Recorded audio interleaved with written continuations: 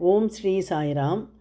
பகவான் ஸ்ரீ சத்யசாய்பாபா அஷ்டோத்தரத்தில் 72வது திருநாமம் ஓம் ஸ்ரீ சாயி பக்த பராதீனாய நமக என்பது. பக்தர்கள் என்றால் அடியவர்கள், பராதீனம் என்றால் கட்டுப்படுவது. அடியவர்களுக்கு கட்டுப்பட்டிருப்பவரை வணங்குகிறேன் என்று பொருள். பாபா தன்னுடைய 20வது வயதிலேயே அறிவித்தார். அதாவது, என்னுடைய பக்தர்களாக இருந்து கொண்டு என்னை வணங்கி கொண்டு நியம நிஷ்டையோடு வாழ்பவர்களை காப்பாற்றுவதே என் நோக்கம் என்றார். நியமம் நிஷ்டை என்றால் என்ன? நிஷ்டை என்றால் ஆன்மீக சாதனை, நியமம் என்றால் முறையான வாழ்க்கை.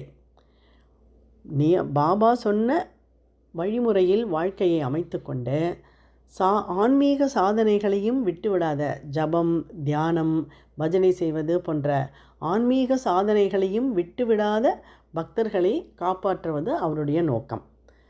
ஒரு முறை அவர் கூறினார், நான் பக்த பராதீனன் அல்ல, பக்தி பராதீனன். அதாவது, நான் பக்தர்களுக்கு கட்டுப்பட்டவன் அல்ல, அவருடைய பக்திக்கு கட்டுப்பட்டவன் என்றார்.